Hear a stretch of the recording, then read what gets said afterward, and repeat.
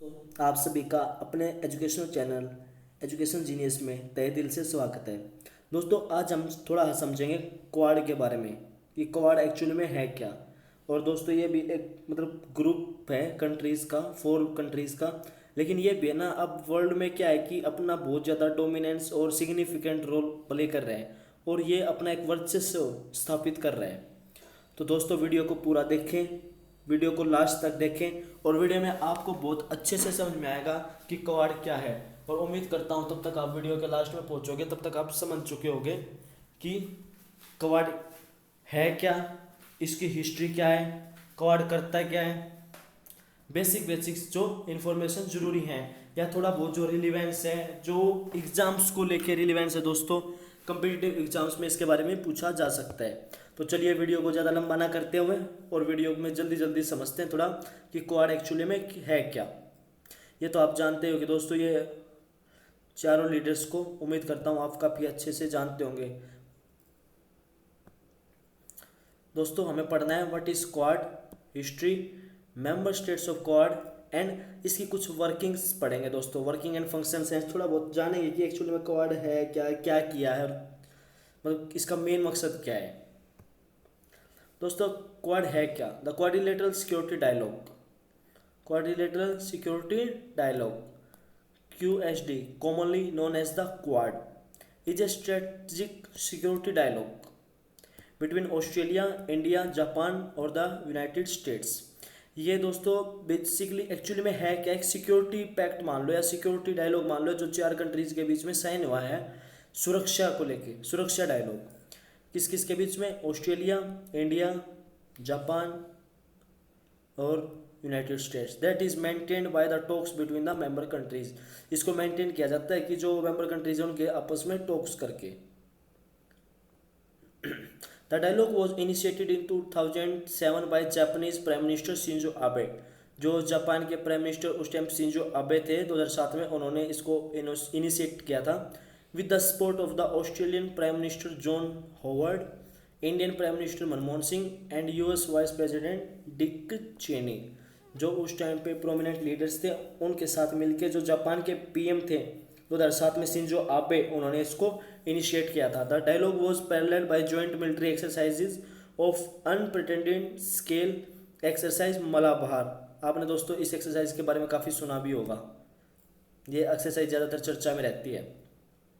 As of 222 मतलब 2022 quad countries together have combined GDP। इन जो 4 countries हैं इनकी जो कंबाइंड GDP दोस्तों वो है US डॉलर में 34.5 यानी कि $34.5 ट्रिलियन, जो कि वर्ल्ड का जो ग्रोस मतलब वर्ल्ड प्रोडक्ट है, ग्रोस वर्ल्ड प्रोडक्ट यानी कि ग्रोस की जो GDP वगैरह है उसकी 33.9% है दोस्तों। और जो कंबाइंड GDP PPP है वो है 44.4%, यानी कि जो 27% है वर्ल्ड की PPP का। अब दोस्तों थोड़ी सी हिस्ट्री समझते हैं कि एक्चुअली इसमें बनाने का मकसद क्या था, ये बना है कैसे और किसकी थोड़ा बहुत क्या सिग्निफिकेंट है। In the early 20th century, the strategic preoccupation of the United States with Iraq and Afghanistan served as a distraction from major powers shift in Asian Pacific brought about by increased Chinese economic power which undermined American traditional role in the region। अब दोस्तों आपको पता है कि जो early 21st century थी उसमें जो क्या यूनाइटेड स्टेट का थोड़ा इराक और अफगानिस्तान में कुछ ज़्यादा ही रोल था उसको ऑक्यूपाई करने का। मतलब उसमें अमेरिका ने अपने काफ़ी अच्छा वर्चस्व स्थापित कर रखा था। वो इसको उसका क्या काम कर रहा था उस टाइम पे, ये है ना, एक जो अमेरिका को है ना काफ़ी जो और मेजर पावर कंट्रीज था ना उनसे दूर रख रहा था, वहाँ पे अमेरिका का प्रेजेंस होना। तो उसके बाद फिर अमेरिका का जो ध्यान आया वो एशिया पैसिफिक में, वो किससे ध्यान आया, जो चाइना की इकोनॉमी में ग्रोथ हुई, इंक्रीज हुई, जिससे फिर अमेरिका को ये फील हुआ, USA को, कि मतलब ये उनका जो ट्रेडिशनल रोल है रीजन में उसको अंडरमाइन कर रहा है और उनके लिए ये आने वाले टाइम में एक मतलब मेजर खतरा हो सकता है कि उनके इक्विवेलेंट खड़ा हो सकता है ये कंट्री, उनसे भी आज आगे जा सकता है सुपर पावर में। Active US and Indian military cooperation expanded. जो हमारे साथ इंडिया के जो एक्टिव अभी मिलिट्री कोऑपरेशंस हैं वो 1991 में एक्सपेंड हुए थे फॉलोइंग द इकोनॉमिक लिबरलाइजेशन, जब हमने इकोनॉमिक लिबरलाइजेशन किया था यानी कि हमने प्राइवेटाइजेशन किया था उसका इकोनॉमी का of India, when American lieutenant general Claude C Kicklighter then commander of the US states army Pacific, जो उस टाइम के ये जो लेफ्टिनेंट जनरल थे यूएस स्टेट्स आर्मी पैसिफिक के जो कमांडर थे, उन्होंने army to army cooperation propose किया था हमारे को, जो cooperation further expanded in the mid 1990s under an early Indian right coalition and in 2001 India offered the United states military facilities with in its territory for offensive operation in Afghanistan, जो कि कुछ offensive मतलब operation करने थे जो America को, तो उसके लिए इंडिया ने भी इनको ऑफर किया था, अपने टेरिटरी में कुछ जगह दी थी, जिससे थोड़े हमारे जो रिलेशंस थे वो और अच्छे होते चले गए। दोस्तों दो ट्रायलेटरल स्ट्रेटजिक डायलॉग, इससे पहले जो ट्रायलेटरल स्ट्रेटजिक डायलॉग था वो एक सीरीज थी ट्रायलेटरल मीटिंग्स की यूनाइटेड स्टेट्स, जापान और ऑस्ट्रेलिया के बीच में, उस टाइम पे इंडिया नहीं था। The TSD originally convened at senior officer levels, 2002 में इसको मतलब सीनियर ऑफिसर लेवल पे था, फिर इसको मिनिस्ट्रियल लेवल पे 2005 में अपग्रेड कर दिया गया था TSD को। ट्रायलेटरल स्ट्रेटजिक डायलॉग अगर ये क्वेश्चन आता है एग्जाम में तो उसमें हम ये बता सकते हैं कि उसमें इंडिया नहीं था, सिर्फ ये 3 कंट्रीज थी। तो क्रिएशन और सीसेशन कैसे हुआ क्वाड का 2008 में, यानी कि 2007 में मेनली क्वाड बना था। In early 2007 prime minister Abe proposed a quadrilateral security dialogue और quadrilateral initiative under which India would join a formal multilateral dialogue with Japan, the United States and Australia. 2007 में जो प्राइम मिनिस्टर शिंजो आबे थे उन्होंने propose किया quadrilateral security dialogue को और quadrilateral initiative लिया उन्होंने, उसमें इंडिया को फॉर्मली ज्वाइन करने के लिए बोला गया था। The initiation of an American, Japanese, Australian and Indian defense arrangement model on the concept of democratic peace, ये उसके ऊपर डेमोक्रेटिक पीस के ऊपर मॉडल था, was credited to Japan Prime Minister Shinzo Abe, was credited to, इसका जिसका credit है जो वो प्राइम मिनिस्टर जापान के जो प्राइम मिनिस्टर शिंजो आबे हैं उनको जाता है। The quadrilateral was supposed to establish an Asian arc of democracy envisioned to ultimately include countries in Central Asia, Mongolia, Korean Peninsula and other countries in Southeast Asia, especially all the countries on China periphery except for China itself।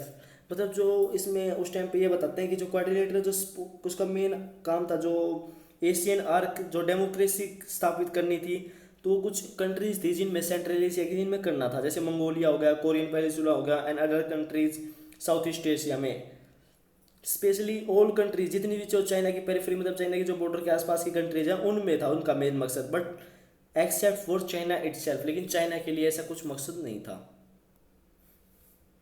और इसमें क्या हुआ था कि दोस्तों इसमें बीच में है ना जो ऑस्ट्रेलिया है उसने इसमें बीच में क्विट कर दिया था और फिर है ना जो क्वाड है ये थोड़ा सा बिखर गया था और फिर ये इसने फंक्शनिंग करना बंद कर दिया था। On becoming the prime minister Kevin Rudd, जैसे जो ऑस्ट्रेलिया के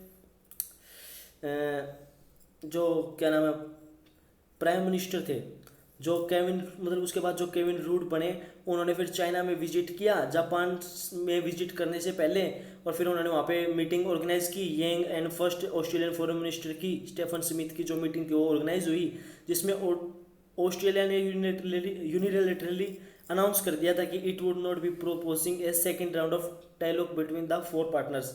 उन्होंने मना कर दिया था कि ठीक है अब हमें ना जो सेकंड राउंड होगा ना डायलॉग का उसमें हिस्सा नहीं लेंगे। 2008 की बात है दोस्तों ये। With in Australia this decision was seen as motivated by the uncertainty of the China. Australia के अंदर इसको देखा गया कि भाई ये जो अनसर्टेनिटी है वो चाइना की उसके द्वारा मोटिवेटेड है, जो चाइना और यूएसए की अनसर्टेनिटी चल रही है relationships, and by the fact that Australia's principal economic partner China was not its principal strategic partner. मतलब जो इनका प्रिंसिपल इकोनॉमिक पार्टनर था वो इसका स्ट्रेटजिक पार्टनर नहीं था, एक फैक्ट ये भी डल रहा था उसमें। जो फिर रूड है, रूड को रिप्लेसमेंट हुई उसकी as a Australian prime minister by Julia Gillard. उसके बाद जो नेक्स्ट पीएम बने ऑस्ट्रेलिया के जो जूलिया गिलार्ड इन जून 2010, तो उन्होंने क्या किया कि was an association with shift in Australian foreign policy towards a, फिर उन्होंने दोबारा जो ऑस्ट्रेलिया की फॉरेन पॉलिसी है उसको यूएसए के साथ फिर दोबारा शिफ्ट किया, एंड डिस्टेंस फिर उन्होंने चाइना के साथ अपना डिस्टेंस बनाया था। Australian which has written extensively on the quadrilateral and on Australian defence issues. argued afterwards replacement that Australian national interest is best served by continuing to engage and encourage our long standing ally the US to retain its primacy in the region। मतलब उन्होंने ये लिखा था, उनका कहना यह था कि जो ऑस्ट्रेलिया का नेशनल इंटरेस्ट है ना, वो जो अच्छा सर्व किया जा सकता है वो अमेरिका के साथ एंगेज होकर एनकरेज करके या उनके साथ कंधा से कंधा मिला करके खड़ा होकर यूएस के साथ, तभी उसको रिटेन किया जा सकता है। और दोस्तों जो current members of states of quad, ये आपको पता है, ये USA, India, Australia and Japan, ये उनके लीडर्स थे दोस्तों। अब वर्क एंड फंक्शनिंग देखते हैं, थोड़ा बहुत क्या वर्क हुआ, इसकी क्या फंक्शनिंग थी, जैसे थोड़ा उसके बारे में पढ़ लेते हैं। The diplomatic and military arrangement was widely viewed as a response to increase the Chinese economic and military power। Mainly जो इसको मतलब जो इसका मेन टारगेट है दोस्तों, वो चाइना की इकोनॉमिक और मिलिट्री पावर को थोड़ा सा स्प्रेस करने के लिए है, मतलब उसी के मकसद से इसको डिजाइन किया गया था। Chinese government responded to the quadrilateral dialogue by issuing formal diplomatic protest to its members। China government ने भी इसको रिस्पॉन्ड किया था क्वाड्रिलेटरल डायलॉग्स को, उन्होंने फॉर्मल डिप्लोमेटिक प्रोटेस्ट इसके खिलाफ इशू कर दिया था, कहा था कि ये एशियन नाटो है, यानी कि एशिया के अंदर एक नई नाटो बन रही है। तो फिर जो इंडिया के foreign minister S Jaishankar sir हैं, उन्होंने इसको मना कर दिया था चाइना के एलिगेशंस को। तो उन्होंने बोला कि India never had a NATO mentality, कि इंडिया के मतलब इंडिया के अंदर कभी नेटो मेंटेलिटी है थी नहीं, ना है, और शायद मुझे लगता है ना कभी होगी। In a joint statement in March 2021 the spirit of the quad, मतलब एक जॉइंट स्टेटमेंट थी मार्च 2021 की, the spirit of the quad, जिसमें क्वाड मेंबर्स ने डिस्क्राइब किया था एक share vision for free and open Indo Pacific and a rule based maritime order in East and South China Sea which the Quad members are state needed to counter Chinese maritime claims। मतलब जो China एक side south China सी को लेके जो China को मतलब बहुत ज़्यादा चाइना उसमें अपने आप को क्लेम कर रहे हैं, एक उसके थोड़े से मैटर को लेके इनको काउंटर करना है, और एक जो इंडो पैसिफिक में जो फ्री ओपन ट्रेड है उसको लेकर के। The quad pledge to respond to the कोविड-19, इन्होंने क्या किया था कि क्वाड ने प्लेज भी किया था कोविड-19 को रिस्पॉन्ड करने के लिए, and held a first Quad Plus meeting that included representative from South Africa। जो पहली फिर क्वाड इंक्लूडेड रिप्रेजेंटेटिव की मीटिंग हुई थी, वो उसमें कौन कौन थे, South Korea, New Zealand, Vietnam, to work on it and response to it, ये 3 कंट्री और थे जिन्होंने मतलब वर्क करने के लिए और रिस्पॉन्स करने के लिए हुआ था। 2019 में 4 minister met in New York city, जो चारों मिनिस्टर्स थे वो न्यूयॉर्क सिटी में मिले to discuss the reforming the quad and then again in Bangkok, फिर दोबारा बैंकॉक में मिले। The next summer India Japan and US invited Australia to coordinate navy exercise at Malabar. The exercise were delayed due to the कोविड-19 pandemic, फिर उसके वजह से अगले साल तक उनको बुलाया गया था, फिर वो पैंडेमिक की वजह से डिलेड हो गई थी। जो मलाबार एक्सरसाइज जो मैंने आपको बताया था, बहुत famous exercise, navy exercise, joint naval exercise. फिर दोस्तों since March 2021 member states of quad मतलब होस्ट रेगुलर बेस पे फिर ये मीटिंग होस्ट करते हैं, लीडर समिट्स होती हैं which have been both online and offline mode, person to person offline में मतलब हुई थी ये। The summits have aim to solidify the position of the quad, जो समिट का इसका मेन एम है वो मतलब क्वाड की जो पोजीशन है उसको सॉलिडिफाई करना चाहते हैं, and demonstrate the alliance commitment to cooperation, और मतलब ये मतलब जो इन्होंने इसको मेनली बनाया है कोऑपरेशन के लिए, उसको भी डेमोस्ट्रेट करना चाहते हैं। The first quad leader summit was held virtually on leader summit जो वर्चुअली हुई थी वो हुई थी 24 मार्च 2021 को, यूएस प्रेसिडेंट जो बाइडन के द्वारा उसको होस्ट किया गया था। Attending leaders included Australian prime minister Scott Morrison, Japanese prime minister Yoshihide Suga and Indian prime minister Narendra Modi ji, इन्होंने इसमें हिस्सा लिया था। तो जो दोस्तों क्वाड 2023 में मीटिंग होगी वो सिडनी ऑस्ट्रेलिया में हो सकती है, और बाय अमेरिका उसको होस्ट करेगा मिड 2023 में। तो दोस्तों क्वाड में यही था, ज़्यादा कुछ इसमें इतना अब भी लंबा चौड़ा प्रोसेस था नहीं समझने का, और उम्मीद करता हूँ दोस्तों आपको क्वाड बहुत अच्छे से समझ में आ गया होगा। अगर आपको अभी भी समझ नहीं आया तो एक बार आप दोबारा वीडियो को जरूर देखें, और फिर भी अगर आपको कोई प्रॉब्लम आ रही है तो आप मुझे कमेंट कर सकते हैं। वीडियो देखने के लिए आपको दोस्तों बहुत बहुत धन्यवाद। फिर मिलते हैं नेक्स्ट वीडियो में किसी इंटरेस्टिंग एंड इन्फॉर्मेटिव टॉपिक के साथ, तब तक के लिए आप धन्यवाद। थैंक यू सो मच दोस्तों। चैनल को शेयर करें, सब्सक्राइब करें, लाइक करें। थैंक यू दोस्तों।